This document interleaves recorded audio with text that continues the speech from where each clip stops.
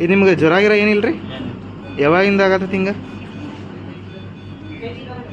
ಹಾಂ, ಇದೊಂದು 2-3 ತಿಂಗಳು ಆಯ್ತು. ಮೊದಲು ಎದ್ಯಾಗ ನೀರು ತುಂಬಿತ್ತು ಯಾವಾಗ ರೀ? ಹಾಂ, ಕಫ ಆಗಿತ್ತು. ಕಪ್ಪ ಆಗಿತ್ತು. ಜ್ವರ ಅದು ಏನಿಲ್ಲಲ್ರಿ ಈಗೇನು? ಓಕೆ ಸರ್ ನಮಸ್ಕಾರ ಎಲ್ಲರಿಗೂ. ಈ ವಿಡಿಯೋದಲ್ಲಿ ನೋಡಿರ್ಬೋದು ನಾವೇನಂದ್ರೆ ಬೆನ್ನಿನ ಹಿಂಭಾಗದ ಒಳಗೆ ಅಲ್ಲಿ ತೆಗೆದು ನಾನು ಅಲ್ಲಿ ನೀರು ಐತಂದ್ರೆ ತೆಗೆದಿವಿ, ಅದು ಕಿವ ಬರೋದು ಒಳಗೆ. ಸೊ ಇದು ಡೇಂಜರ್ ಭಾಳ. ನಾವು ಒಂದು ವಿಡಿಯೋದಲ್ಲಿ ನಿಮ್ಗೆ ಹೇರ್ಬೋದು ಪ್ಲೂರಲ್ ಎಫಿಷನ್ ಅಂತೇಳಿ. ಆ ಪ್ಲೂರಲ್ ಎಫಿಷನ್ ಅಂದ್ರೆ ಏನು? ಅದು ಲಂಗ್ಸ್ ಒಳಗೆ ಮ್ಯಾಲಿನ ಕವರ್ ಒಳಗೆ ನೀರು ತುಂಬ್ಕೊಂಡಿರುತ್ತೆ. ಸೊ ಈ ಪೇಷಂಟ್ ಒಳಗೆ ಕಿವ ತುಂಬ್ಕೊಂಡೈತಿ. ಇದು ಡೇಂಜರ್ ಭಾಳ. ಇದು ಎದಕ್ಕೆ ಆಕತಿ? ಇದು ಸಮ್ಟೈಮ್ಸ್ ಸಿಂಪಲ್ ಕಂಡೀಷನ್. ಸಿಂಪಲ್ ಏನು?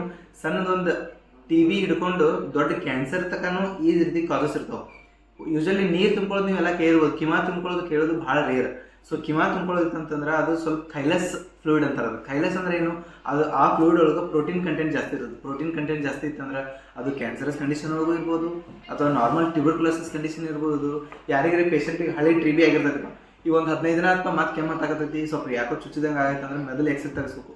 ಎಕ್ಸ್ರೇದೊಳಗೆ ಏನಾರ TB ಶಕ ಹಿಂಗೆ ಏನಾರ ಇತ್ತು, ಅದರೊಳಗೆ ನಾವು ಎಕ್ಸ್ರೇದೊಳಗೆ ಏನಾರ ಇನ್ಫೆಕ್ಷನ್ ಕಂಡಿತ್ತು, ಎಫ್ಯೂಷನ್ ಆಯಿತು, ಇವೇನೋ ಸಮಸ್ಯೆ ಇದ್ದು ಅಂದರೆ ಇಮಿಡಿಯೇಟ್ಲಿ ನೀವು ಎಕ್ಸ್ರೇ ತೆಗೆಸ್ಕೊಂಡು ಅದ್ರ ತಕ್ಕಂಗೆ ಟ್ರೀಟ್ಮೆಂಟ್ ತೊಗೋಬೇಕಾಗುತ್ತೆ. ಎಕ್ಸ್ರೇ ತೆಗಿಯೋಣ, ಎಕ್ಸ್ರೇದೊಳಗೆ ನಮ್ಗೆ ನೀರು ಕಂಡಿತ್ತಪ್ಪ, ಆ ನೀರು ತೆಗಿಯೋಕೆ ಹೋಗಿ ಪಸ್ ಬರ್ತೈತಿ. ಅದು ಚಲೋ ಅನ್ನಲ್ಲ. ಲಘು ಎಕ್ಸ್ರೇ ತೆಗೆಸ್ಕೊಂಡಿವಿ ಅಂತಂದ್ರೆ ಏನಾಗ್ತೈತಿ, ಪೇಷಂಟಿಗೆ ಕ್ಲಿಯರ್ ಆಗ್ತೈತಿ. ಅದನ್ನು ನಾವು ಪಸ್ ಇತ್ತಂದ್ರೆ ಏನು ಮಾಡೋದು? ಪಸ್ ಬತ್ತಂದ್ರೆ ನೆಕ್ಸ್ಟ್ ಏನು? ಪಸ್ ಬತ್ತಂದ್ರೆ ಅದನ್ನು ಸೇಮ್ ಟೆಸ್ಟಿಗೆ ಕಳಿಸ್ಬೇಕು. ಆ ಪಸ್ ಎಂತ ನಾರ್ಮಲ್ ಪಸ್ ಏನು TB ಸಂಬಂಧ ಪಸ್ ಆಗೈತು, ಏನು ಕ್ಯಾನ್ಸರಸ್ ಕಂಡೀಷನ್ ಸಂಬಂಧ ಪಸ್ ಆಗೈತು, ಏನು ಯಾವ್ದಾದ್ರು ನ್ಯೂಮೋನಿಯಾ ಕಂಡೀಷನ್ ಸಂಬಂಧ ವೈರಲ್ ಇನ್ಫೆಕ್ಷನ್, ಬ್ಯಾಕ್ಟೀರಿಯಲ್ ಇನ್ಫೆಕ್ಷನ್ ಅದಕ್ಕಾಗಿ ಅದಕ್ಕೆ ಪಸ್ ಆಗೈತೆ ಅಂತೇಳಿ ನೋಡೋದು. ಇಷ್ಟೆಲ್ಲ ನೋಡಿದ ಮೇಲೆ ಕರೆಕ್ಟ್ ರಿಪೋರ್ಟ್ ಬರೋದು. ಆ ರಿಪೋರ್ಟ್ ತಕ್ಕಂಗೆ ಟ್ರೀಟ್ಮೆಂಟ್ ಮಾಡಿದ್ರೆ ಪೇಷಂಟಿಗೆ ಕ್ಲಿಯರ್ ಆಗ್ತೈತಿ. ಸೊ ಇದು ಡೇಂಜರ್ ಕಂಡೀಷನ್. ಪೇಷಂಟಿಗೆ ಫೀವರ್, ಚಿಲ್ಸ್ ಅಂದ್ರೆ ಥಂಡಿ ಜ್ವರ ಬರ್ತಿರ್ತಾವೆ, ಕೆಮ್ಮು ಬರ್ತಿರ್ತೈತಿ, ತೇಗ್ ಬರ್ತಿರ್ತೈತಿ, ಒಪ್ಪಾರೆ ಎದೆ ಮಕ್ಕೊಂಡಿರ್ತೈತಿ.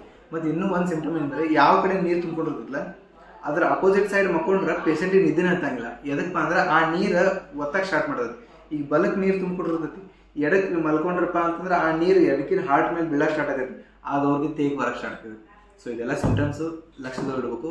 ಯಾವುದೇ ಪೇಷಂಟ್ ಅರ್ಲಿ ಡಯಾಗ್ನೋಸಿಸ್ ಇದೆ ಬೆಸ್ಟ್. ಯಾಕಂದ್ರೆ ನಾವು ಅರ್ಲಿ ಡಯಾಗ್ನೋಸ್ ಮಾಡಿದೀವಪ್ಪ ಅಂತಂದರೆ ಇಮಿಡಿಯೇಟ್ಲಿ ಟ್ರೀಟ್ಮೆಂಟ್ ಆಗ್ತದೆ. ಈಗಿನ ಕಾಲನಾಗ ಯಾವ ಟ್ರೀಟ್ಮೆಂಟಿಗೂ ಯಾವುದೇ ರೋಗಕ್ಕೂ ಟ್ರೀಟ್ಮೆಂಟ್ ಇಲ್ಲ ಅಂತಿರಂಗಿಲ್ಲ. ಓನ್ಲಿ ಥಿಂಗ್ ಈಸ್ ಕರೆಕ್ಟ್ ಟೈಮಿಗೆ ಡಯಾಗ್ನೋಸ್ ಆಗಬೇಕು, ಕರೆಕ್ಟ್ ಟ್ರೀಟ್ಮೆಂಟ್ ಕೊಡಬೇಕು. ಇಷ್ಟ ಮಾಡಿರಿ. ಏನೇ ಇದ್ರೂ ಜಸ್ಟ್ ಕನ್ಸಲ್ಟ್. Thank you.